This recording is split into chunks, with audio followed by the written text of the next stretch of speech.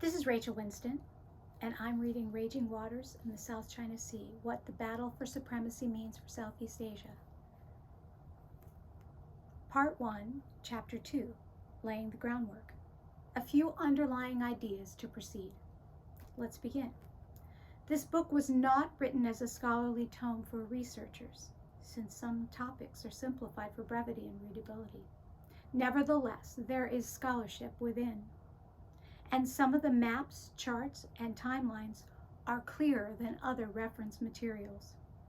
We aim to break down unfamiliar rhetoric and overwhelming concepts in order to eliminate any barriers the readers might have with intellectually astute journal articles. Our goal is to engage the curious learner.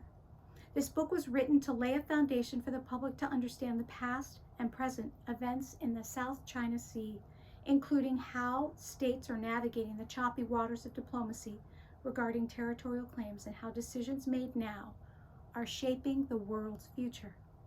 Disclaimer. This book will explain challenges and opportunities as comprehensively as possible, given space limitations, since whole books could be written on each topic. Furthermore, data, satellite images, and policy resources are limited, and transparency is not uniform from country to country. This research lacks first-hand accounts of conversations, behind-the-scenes negotiations, and underwritten and unwritten agreements between state representatives and counterparts in China. Accurate statistical, financial, and communications records regarding military, trade, oil, environment, manufacturing, employment, and government are often unavailable, unreliable, inconsistent, or outdated. Groundwork for the conflict.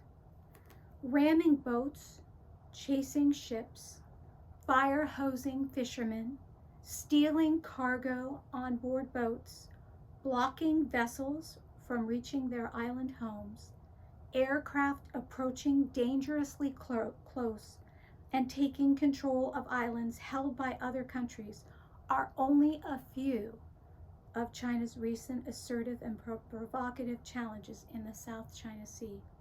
These confrontations may seem relatively harmless and unimportant, but China is becoming increasingly aggressive. Our belief is that the South China Sea is not some far-off place, too distant to impact the life we know. Out of sight, out of mind is a dangerous mindset to adopt when threatening disputes are disrupting trade, navigation, overflight, politics, food, supplies, and the environment on the world stage. Rather, this region is increasingly becoming a breeding ground for conflict. In this corner of Southeast Asia, the use of force and domineering behaviors must be stopped, or else surrounding countries risk a miscalculation that would cause a tragic outcome. Treaties and promises.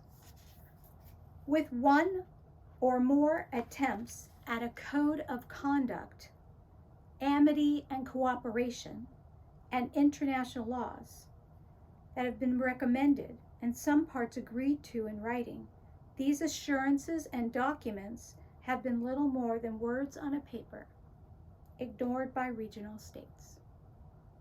The numerous broken promises have invalidated the legitimacy of diplomacy, agreements, and public sentiments. To be perfectly clear, while other states have occasionally violated these rules, the primary aggressor in both soft power and hard power is China.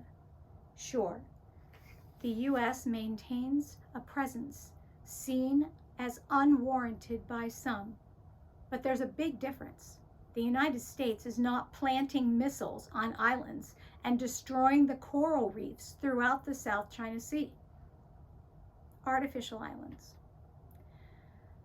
Despite Chinese President Xi Jinping's insistence that his massive Navy's persistent artificial island building is not for military purposes, China's equipment placements on these islands have made them sophisticated, militarized, and threatening.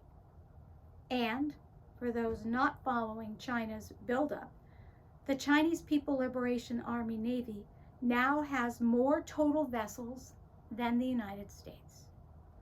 The plan, People's Liberation Army Navy, went from a skeleton of boats, mostly given to China by the United States and allied countries after World War II, to a full-fledged and massive fleet. At the same time, satellite imagery of the rapid destruction of the South China Sea coral reefs has raised red flags.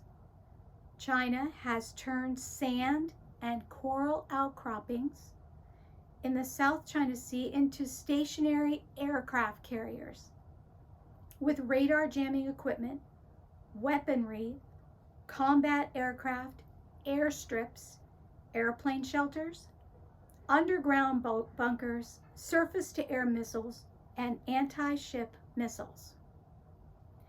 Even the coral that remains after regional dredging is nearly incapable of survival in the low waters of the surrounding shoals. Additionally, ecosystems cannot breathe when collapsed by heavy metal and machinery. To be sure, other states have dredged sand, sediment, and coral to enhance their islands and territory. Still, the order of magnitude between all of the islands in the South China Sea claimant states and China is gravely disproportionate, far surpassing other nations. As we begin this book, we want readers to both understand what is happening and why. We offer suggestions and consider various perspectives as to how to prevent the conflict, resume peace, protect ecosystems. However, rhetoric is cheap and actions speak loudly. Also, there are international laws and norms that are being reformulated or broken in China's quest to remake the world in its image. Raging Waters will explain what's at stake.